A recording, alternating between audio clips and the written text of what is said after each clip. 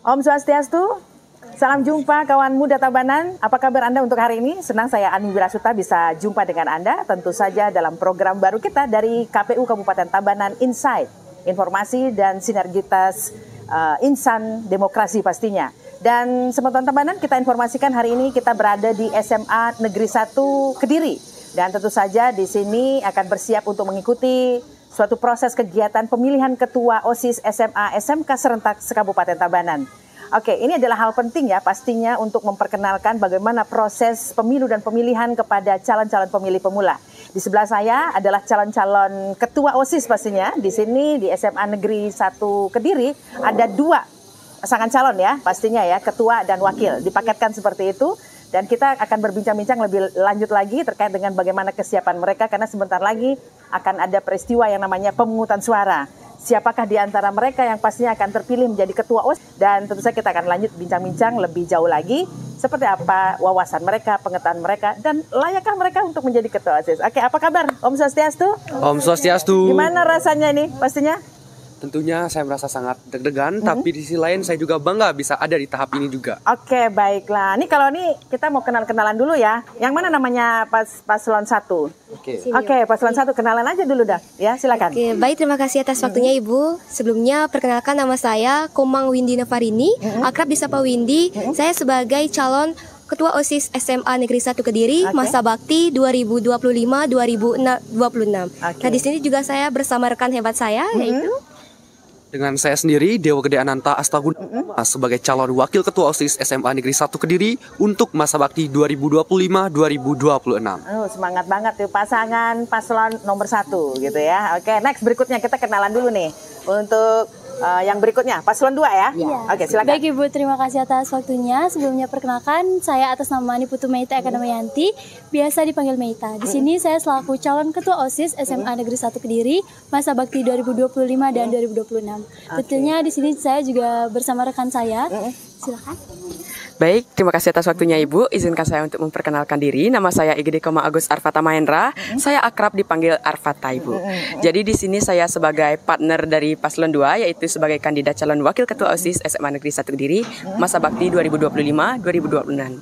Oke, baiklah. Dan pastinya ini merasa bangga ya. Ini calonnya perempuan-perempuan semua nih, ketuanya ya.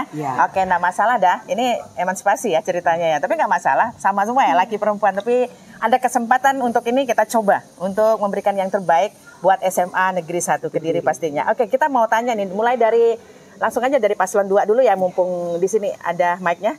Jadi kita pengen tanya nih, secara keseluruhan nih, Anda bisa ceritakan nggak bagaimana sebenarnya Gen Z saat ini kepeduliannya, kemudian ini menjadi apa namanya, istilahnya tanda tanya besar loh. Apakah mereka minat atau cuek? Kalau ngomongin masalah politik, ngomongin masalah ya kaitannya dengan yang hal seperti ini, menurut pandangan kalian seperti apa sih Gen Z saat ini?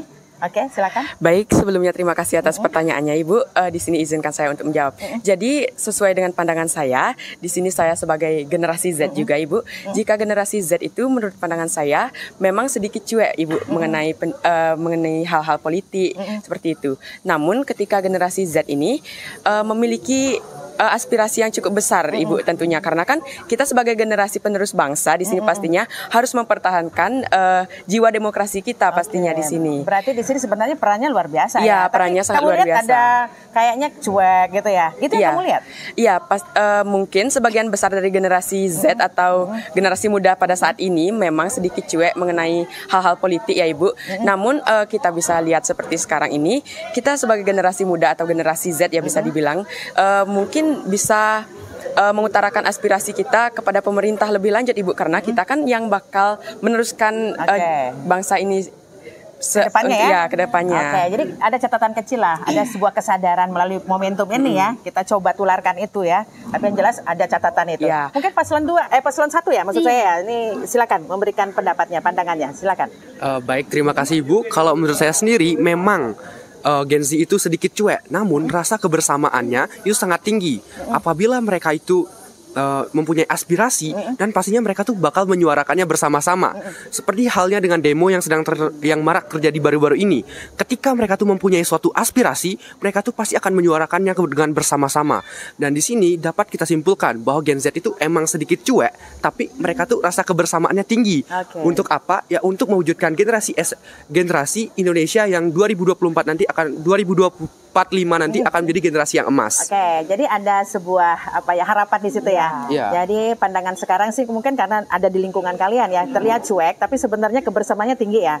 Dan kalau ini di manage dengan baik sekiranya bisa menjadi modal juga buat generasi Z. Jadi jangan ragu lagi. Jangan diragukan itu gensinya ya, bahwa punya semangat mereka untuk meneruskan tongkat estafet pemerintahan ini ya. Luar biasa ya dari pandangan mereka ya. Tapi yang jelas mereka sudah bergaul dengan teman-teman mereka sudah tahu situasinya dan kalian harus mengambil peran di situ kan. Next berikutnya mungkin para ketua nih kita coba tanya nih. Nah sekarang ini hal-hal apa saja yang mungkin sekiranya bisa kita lakukan? Ya, karena tadi udah disampaikan ada plus minusnya ya. Nah kita harus menyikapi itu karena kalian adalah calon-calon pemimpin yang dipilih di sini, pastinya punya strategi. Apa yang kalian harus lakukan buat generasi, terutama pemilih yang ada di SMA Negeri 1 Kediri ini? Silakan. Baik, terima kasih banyak atas waktunya Ibu. Di sini izinkan saya untuk menjawab pertanyaan tersebut.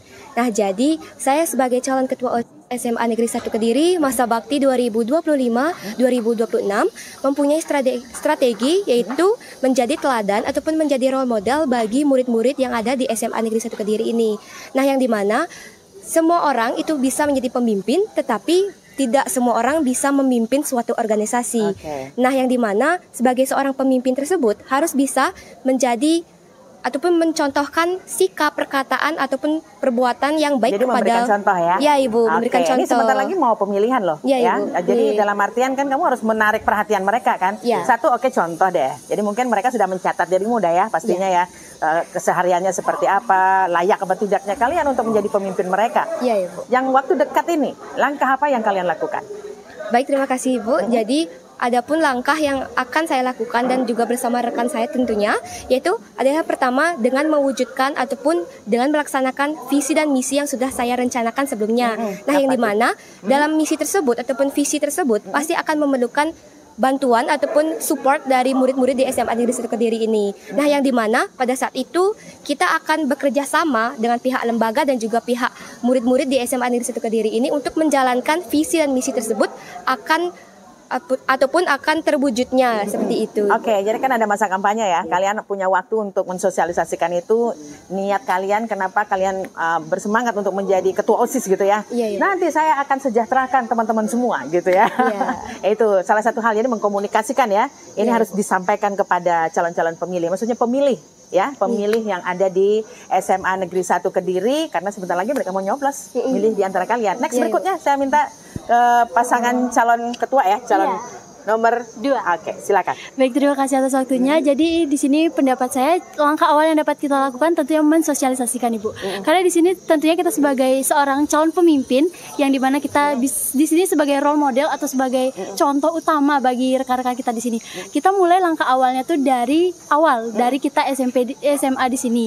Nah, di sini kita bisa mencontohkan kepada teman-teman betapa pentingnya demokrasi dan juga hal-hal yang menyangkut kewarganegaraan. Yakin mereka akan mendengarkan kalian? Yakin nggak? Tentunya kami sangat yakin untuk mereka agar mendengarkan kita karena kami juga memiliki visi dan juga misi. Nah, di sini tentunya kami bukan hanya mensosialisasikan di sekolah, tapi di sini kami memanfaatkan teknologi untuk mensosialisasikan betapa pentingnya demokrasi dan juga pemimpin dalam sebuah organisasi untuk kedepannya. Dan kita di sini dapat mewujudkan generasi emas di Indonesia tahun 2045 mendatang. Sudah visioner ya. Jadi tapi dalam artian kan ujung tombak semua secara seperti negara demokrasi itu kedaulatan berada di tangan rakyat.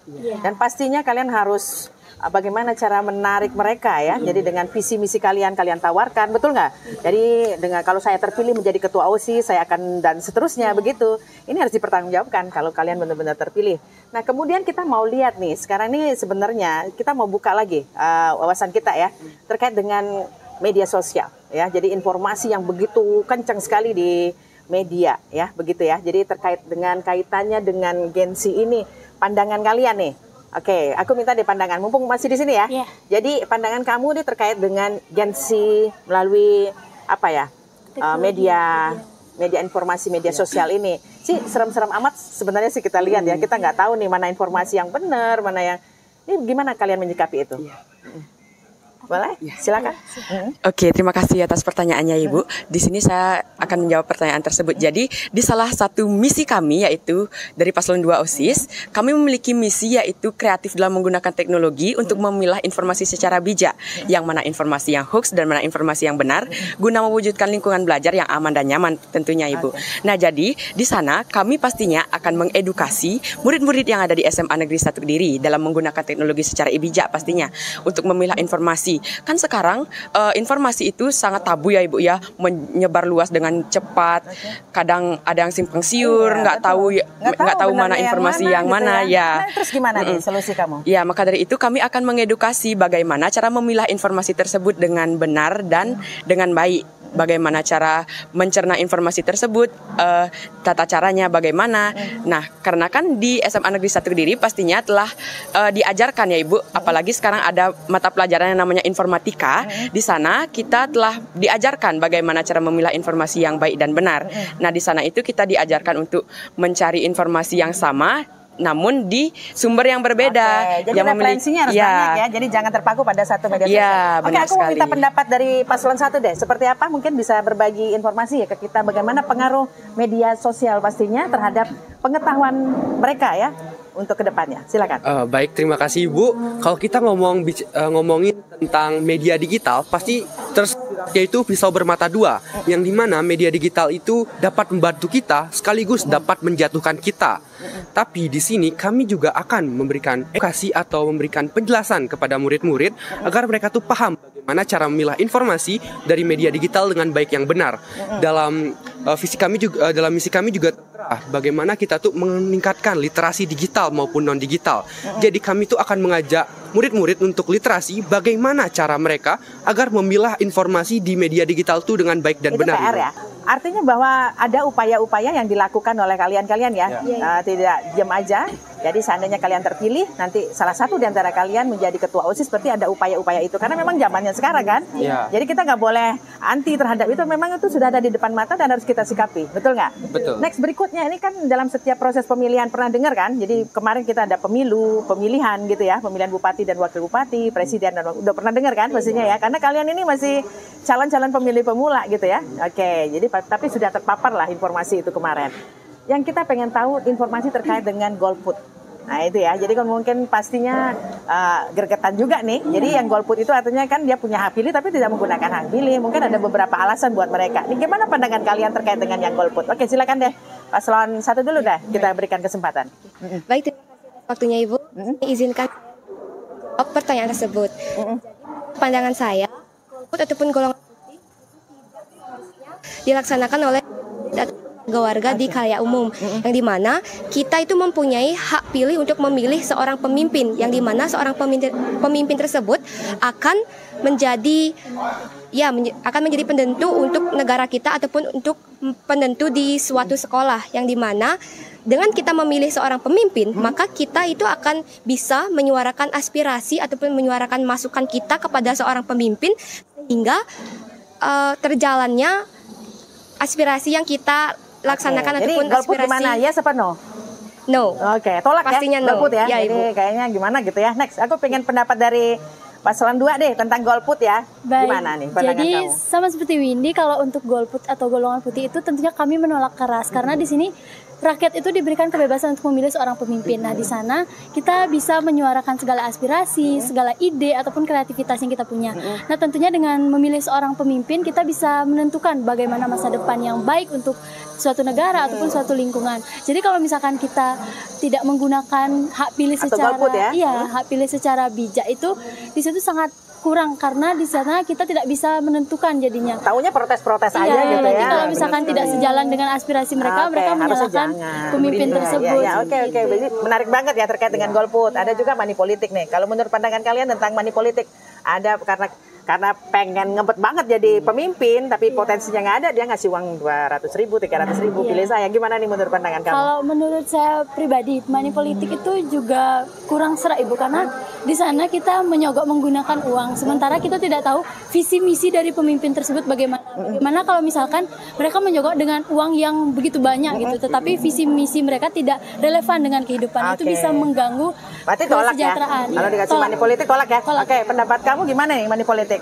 Pastinya pandangan kamu terkait dengan money Baik, terima politik. kasih atas waktunya. Jadi di sini saya sangat menolak keras adanya money politik. Nah, yang dimana kita sebagai seorang pemimpin itu harus bisa bijak dalam memberikan contoh kepada khalayak umum. Nah, yang dimana kalau misalnya ada seorang pemimpin yang menggunakan cara yang buruk ataupun cara yang menggunakan money politik, itu seharusnya tidak kita pilih ataupun tidak kita Itu ya. Berarti sudah ada komit, jangan dipilih gitu ya? Iya, Ibu, jangan dipilih. Karena berani menyampaikan itu, berani menyuarakan itu, yang money politik jangan dipilih. Iya, Bu. Oke, Jadi itu seperti pendapat itu. dari Gensi. Ya, jadi itu dari paslon 1 dan paslon 2 pastinya sudah mendapat gambaran ya terkait dengan calon-calon ketua OSIS yang ada saat ini. Tapi yang jelas kegiatan ini akan menjadi referensi buat warga yang ada di SMA Negeri 1 Kediri untuk memilih pemimpin yang layak memimpin kalian.